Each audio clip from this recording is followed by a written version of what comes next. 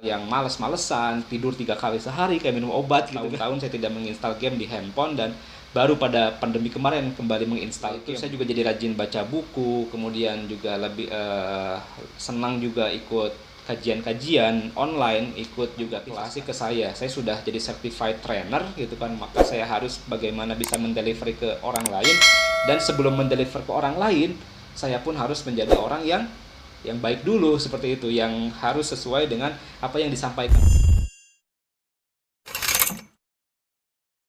Baik, bismillahirrahmanirrahim. Assalamualaikum warahmatullahi wabarakatuh. Alhamdulillahirrahmanirrahim.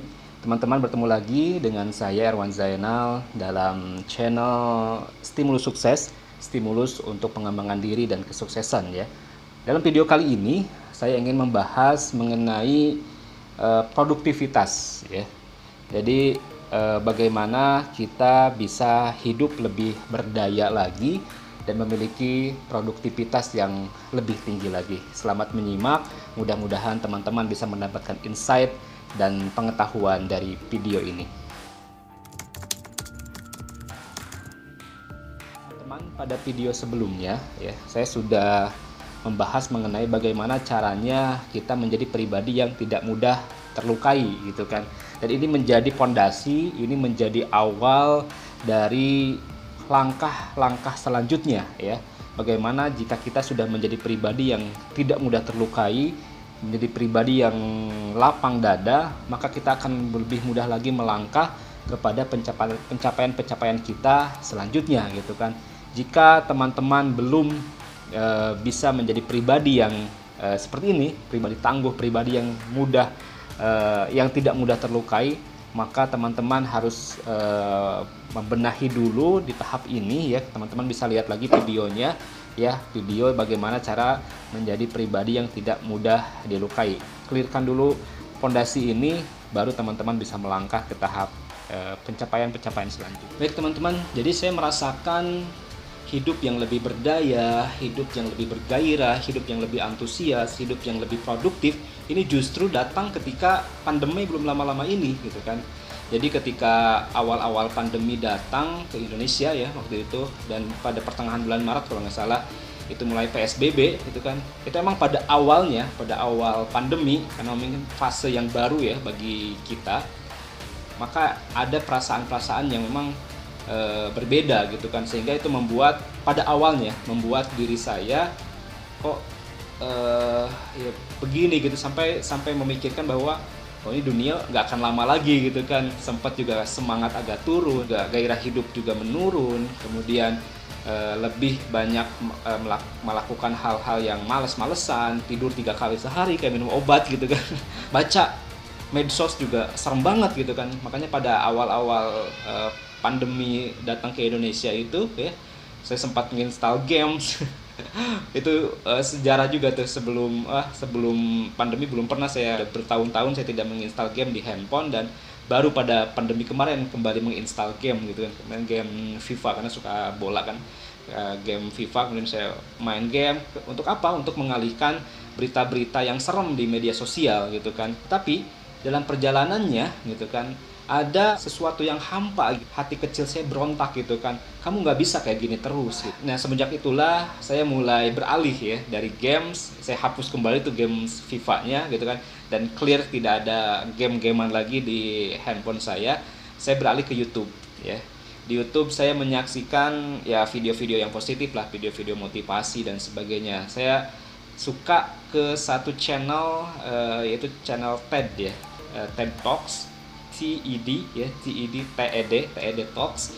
Itu menampilkan orang-orang luar biasa gitu kan, menyampaikan speech singkat sebenarnya kurang lebih 15 menit, orang-orang hebat gitu kan. Dia menyampaikan dalam satu panggung, namanya ya panggung TED itu gitu kan. Dan di situ saya mulai terbuka lah. Kemudian ada satu channel juga yang saya suka, yaitu Impact Theory ya, yang dibawakan oleh Tom Bilyeu. Itu mengundang juga orang-orang luar biasa untuk berbicara bagaimana mereka bisa mengubah kehidupan yang awalnya biasa-biasa menjadi yang luar biasa gitu kan. Nah semenjak itu ya mulai agak kembali semangat hidup agak keangkat kembali gitu kan. Setelah itu saya juga jadi rajin baca buku, kemudian juga lebih senang juga ikut kajian-kajian online, ikut juga kelas-kelas webinar dan sebagainya gitu kan. Itu memberikan efek yang luar biasa bagi kehidupan saya waktu pada masa itu gitu kan. Karena kan pada masa pandemi dan PSBB ya pekerjaan-pekerjaan juga WFH dan sebagainya, sehingga banyak waktu di rumah seperti itu. Nah, satu perubahan ini bisa berefek besar bagi kehidupan saya. Apa itu ya?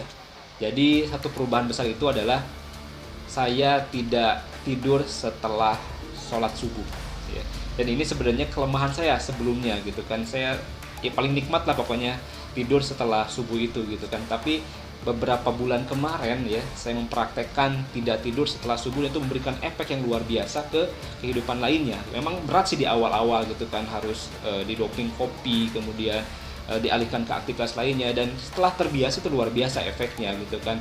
Pertama gitu kan, waktu jadi lebih produktif gitu kan. Kedua, rajin olahraga. Saya hampir setiap hari saat ini olahraga, walaupun memang durasinya singkat, 15 menit 20 menit gitu kan, ya lari di tempat, push up dan lainnya gitu kan. Tapi ini menjadi hal yang luar biasa gitu kan, efek yang luar biasa bagi tubuh saya, lebih sehat juga gitu kan, pikiran juga lebih fresh dan lain sebagainya gitu kan. Dan ini perubahan berawal dari satu perubahan kecil itu, yaitu tidak tidur setelah subuh gitu kan, insya Allah. Dan mudah-mudahan juga ini bisa memberikan efek yang luar biasa ke hal-hal lainnya gitu kan, ke rezeki dan sebagainya, mudah-mudahan insya Allah. Karena ini juga perubahan belum lama juga saya kerjakan seperti itu ya, setelah kita tadi latar belakang dan sebagainya gitu kan. Nah, di beberapa pekan kemarin juga saya mengikuti satu kelas sertifikasi ya, sertifikasi NLP, Master Practitioner dan Trainer gitu kan. Itu selama 8 kali pertemuan, itu luar biasa gitu tuh kan, powerful sekali ilmunya. Kemudian juga itu memberikan motivasi ke saya. Saya sudah jadi certified trainer gitu kan, maka saya harus bagaimana bisa mendeliver ke orang lain, dan sebelum mendeliver ke orang lain, saya pun harus menjadi orang yang baik dulu seperti itu, yang harus sesuai dengan apa yang disampaikan. Baik, kembali ke judul video ini ya, bagaimana menjadi pribadi yang lebih berdaya dan lebih produktif berdasarkan pengalaman yang saya rasakan ya. Saya akan berikan 3 cara ya, walaupun pasti banyak cara-cara lainnya, tetapi saya kira 3 cara inilah yang paling ampuh yang saya rasakan bisa mendongkrak produktivitas kita ya. Yang pertama adalah kita harus fokus ke hal-hal yang penting, ke hal-hal yang menjadi prioritas kita gitu kan. Jangan sampai waktu kita disibukkan oleh hal-hal yang tidak penting gitu kan, disibukkan dengan kita terlarut dalam media sosial, scroll handphone sampai lupa waktu gitu kan. Dan itu menghabiskan energi, menghabiskan waktu, sehingga kita tidak menjadi produktif gitu kan. Pertama ya, kita sebagai muslim, fokus kita adalah ibadah wajib kita, jadi sholat 5 waktu kita. Maka harus kita fokuskan bagaimana kita tidak boleh melalaikan kewajiban kita yang satu ini, yaitu sholat 5 waktu gitu kan. Bagi yang laki-laki ke masjid ya, bagi yang perempuan juga harus sholat di awal waktu gitu kan. Ini yang kedua, bagaimana kita bisa memilah, memprioritaskan pekerjaan-pekerjaan mana yang menjadi prioritas kita, yang menjadi hal penting, yang memberikan efek besar bagi kita, bagi perusahaan kita. Misalnya kalau kita bekerja di tempat lain, atau misalnya bagi bisnis, apa saja pekerjaan-pekerjaan yang memberikan efek yang besar bagi bisnis kita gitu kan. Pilah, kemudian fokuskan kita ke pekerjaan tersebut. Jangan lalaikan, jangan sibukkan diri kita dengan pekerjaan-pekerjaan yang tidak penting, pekerjaan-pekerjaan yang melenakan kita, dan itu akan menghabiskan energi kita dan menjadikan kita tidak produktif.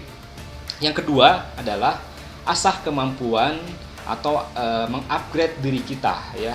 Saya ada cerita sedikit bagaimana cerita seorang pemotong kayu ya. Jadi pemotong kayu ini bekerja seperti biasa pada awal, hari pertama, hari kedua gitu kan, menghasilkan hasil yang luar biasa banyak gitu kan, mampu memotong kayu dengan jumlah yang banyak. Tetapi ketika sudah 7 hari, 8 hari gitu kan, hasil dari potongannya menurun, padahal dia sudah mengerahkan tenaganya yang luar biasa gitu kan. Kemudian dia lapor ke bosnya gitu kan, minta maaf bahwa hasilnya tidak banyak seperti awal-awal gitu kan. Ternyata ketika diberikan advice oleh bosnya, coba kamu asah kampakmu, katanya, kata bosnya itu. Dan dia berhenti sejenak dan dia mengasah kampaknya, kemudian dia bekerja dan luar biasa hasilnya gitu kan. Setelah kampaknya diasah, dia bisa memotong dengan tenaga yang lebih sedikit tapi hasil yang lebih banyak gitu kan. Dan ini menjadi penting ya kalau kita tarik dalam kehidupan kita, bagaimana kita mengasah diri,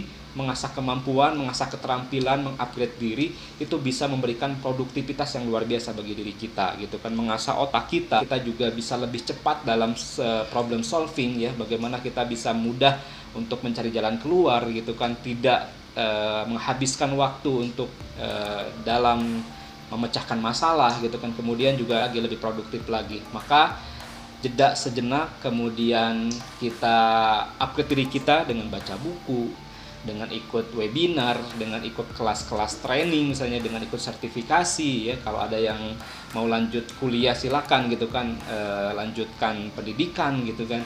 Dan itu bisa bisa memberikan efek yang luar biasa bagi produktivitas diri kita dan pekerjaan kita gitu.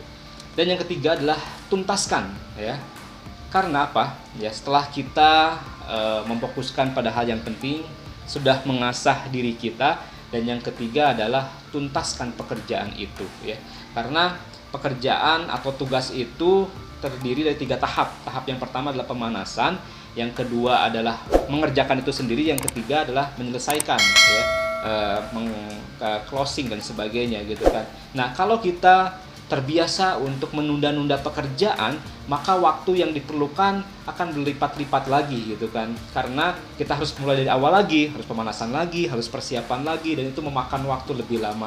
Maka kita tuntaskan setiap satu pekerjaan sampai beres, kemudian kita beralih ke pekerjaan lainnya. Jangan sampai kita loncat-loncat satu pekerjaan ke pekerjaan lainnya, dan itu akan menghasilkan pekerjaan yang tidak tuntas dan waktu juga menghabiskan waktu yang lebih lama karena harus mulai lagi dari awal. Maka jangan pernah menunda-nunda pekerjaan dan tuntaskan pekerjaan itu supaya kita bisa mengalihkan ke pekerjaan-pekerjaan lainnya ya. Nah, itulah teman-teman ya, cara-cara bagaimana kita menjadi pribadi yang lebih produktif lagi berdasarkan ya pengalaman yang saya rasakan ya. Mungkin banyak lagi cara-caranya. Nah, mungkin teman-teman ada cara lainnya, cara-cara yang bisa menjadikan kita lebih produktif lagi ya. Tulis di kolom komentar di bawah.